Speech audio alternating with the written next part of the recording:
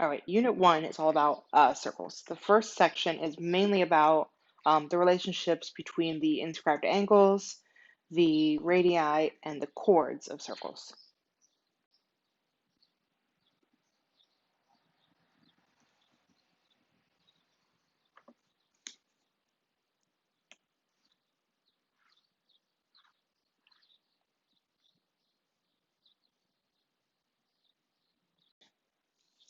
So first we have some, definitions.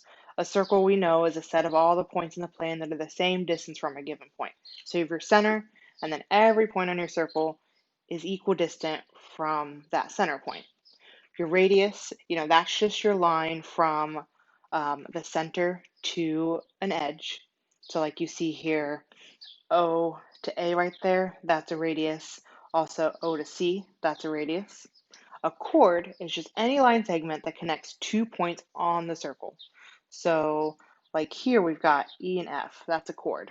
And then from D to G is a chord, and then C to O. Now diameter is a special chord because that is the chord that goes through the center.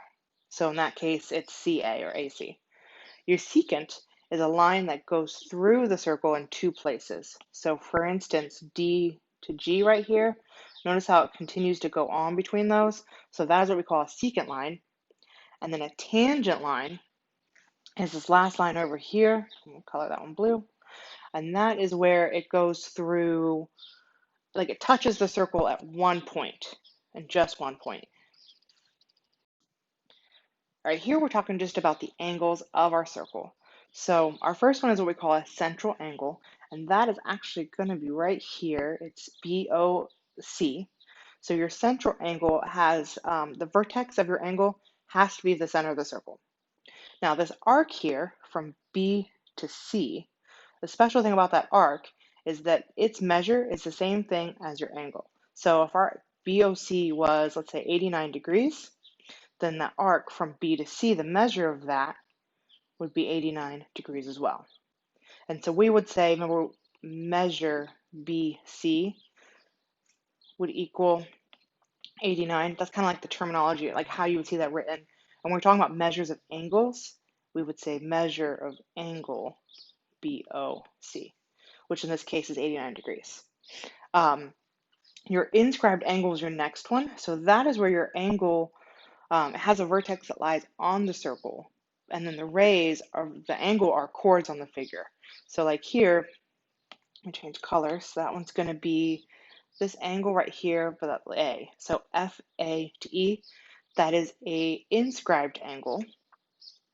And then a circumscribed angle is our last one there. It's this one that I'm coloring green. So GHD is a circumscribed one. The vertex of our angle, so H there, lies outside the circle, and then the rays are tangent. So this line and this line are tangent to our circle. All right, now the tangent of the circle is kind of special. So here we have our circle with the center O, and then our tangent is that line BA. So this line right here is our tangent. So the tangent touches the circle at A. That means if we draw a line from that point A to the center, so this point right here is a radius. The special property is that from A to O, that line there, that radius, and our tangent line, A to B, they're perpendicular, which means that angle there is 90 degrees because they are perpendicular. Remember doing that? So that is one of the special properties. And here's just another picture that shows how they're perpendicular, how the tangents are perpendicular to the radius. So if you look here, angle A right here, OA, well, O to A is your radius, right? So this is a radius, O to B is a radius, O to C is a radius. So they're going to be equal measure because they go from the center to the edge of the circle. Now our tangent line from that A to D right there is going to be perpendicular to OA. Right here, this tangent line at B is going to be perpendicular then to OB, to that radius there. And then if you look over here, this last tangent line at C is perpendicular to OC. All right, now this question, so it's slide 10 of your tutorial, and it says circle P has a radius of 5 centimeters. Point Q lies on circle P, and the equation of P to Q is y equals 2 over 5x plus 3. So think of it, you have a circle. Q is, sorry, P is the center, and then this would be Q. So if we had a line that kind of went through this and we graphed that line, the equation would be y equals 2/5 x plus 3. We want to know what would be the equation of a line that's tangent. So what would be the equation of this blue line right there? Now, this one's tricky because you have to think of kind of like your Algebra 1 or Math 1 days when you talked about equations of perpendicular lines. So the important thing is that your slopes of perpendicular lines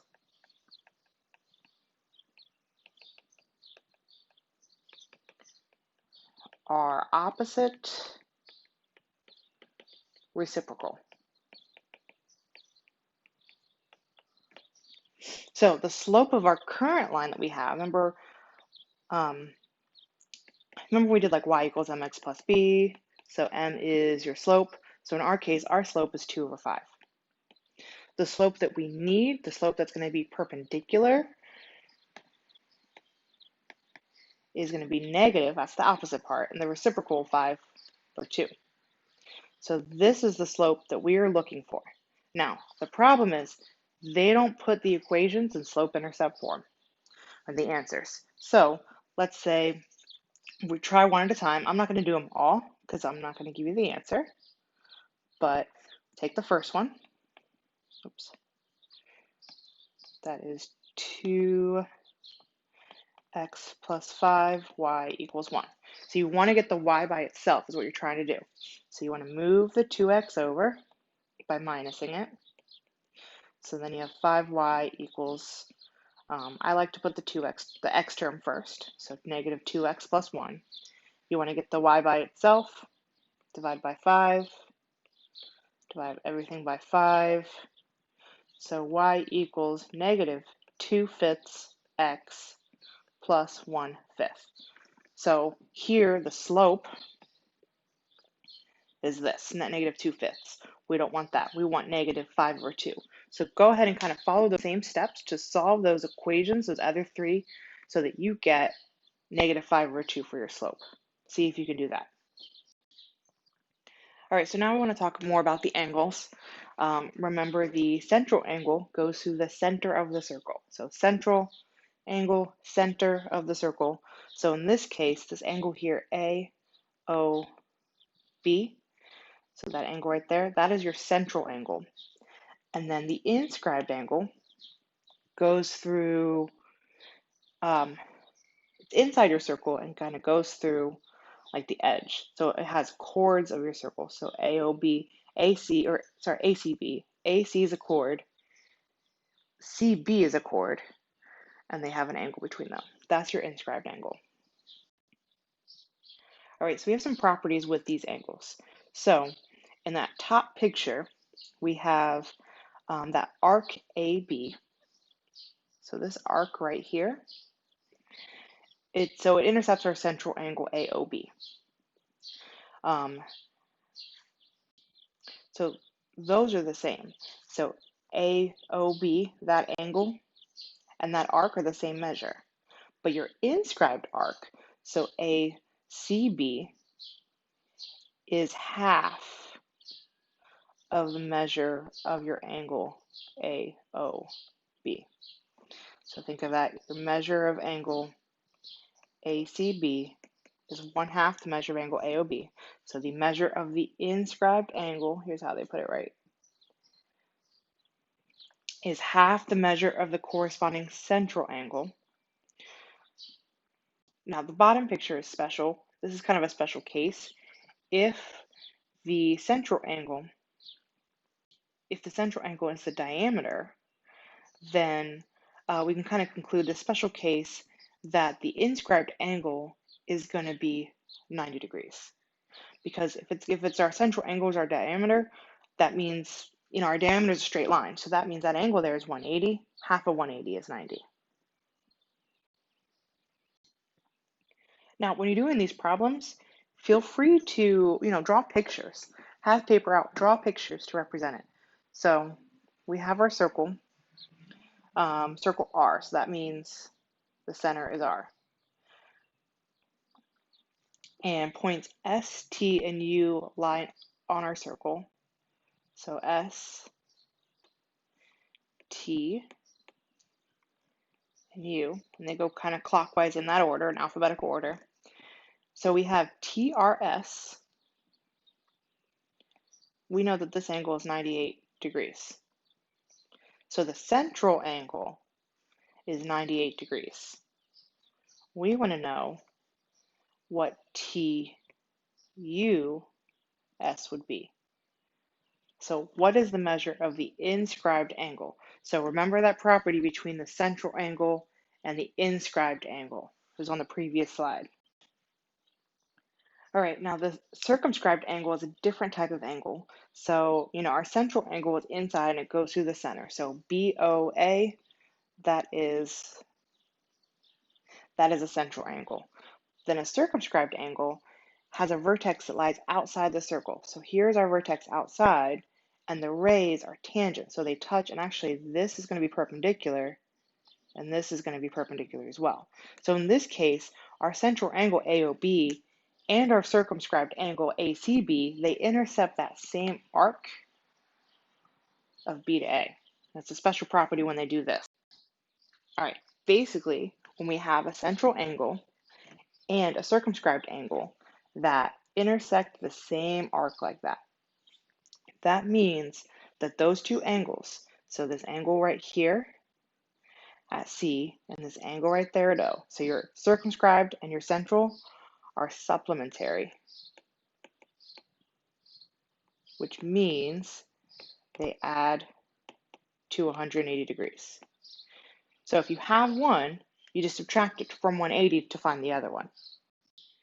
All right, for this problem, you have circle F has a radius of 4 centimeters, point G lies outside the circle, and then there's two tangent lines that go through point G, and they intersect your circle at H and J. So here I drew a picture, and we see that HFJ, so here's a central angle, and then HGJ, so this one I'm coloring green, that's your inscribed angle. So remember, those two angles are supplementary.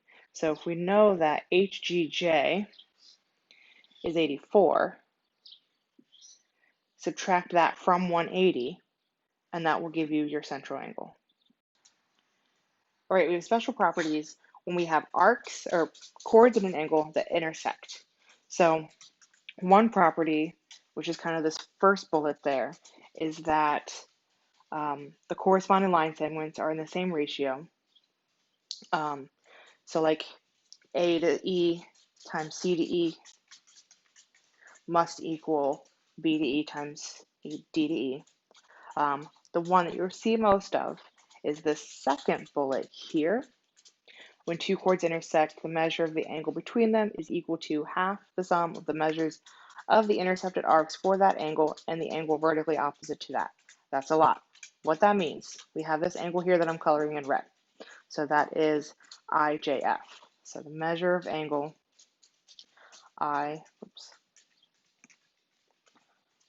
IJF is equal to 1/2 of whatever this arc is at FI and this arc is.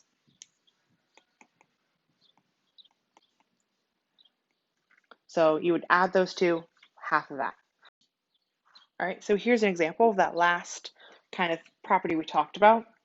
Here you have your center with circle O. We have chords A to C and then B to D. And so this angle here, this arc is 42 degrees, which means, what that means is that this angle AOB is 42 degrees as well. And then it says that C to D is 68. So the central angle, I want to change colors. The central angle, which remember has to go through the center, that is 68 as well.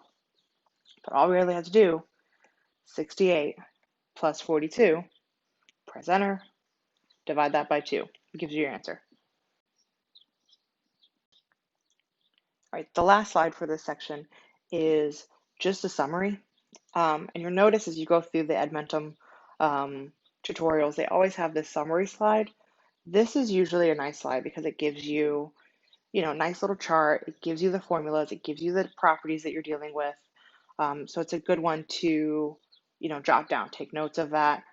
It's also, at least for the first couple sections, this is stuff that I have included in the Google Classroom as well.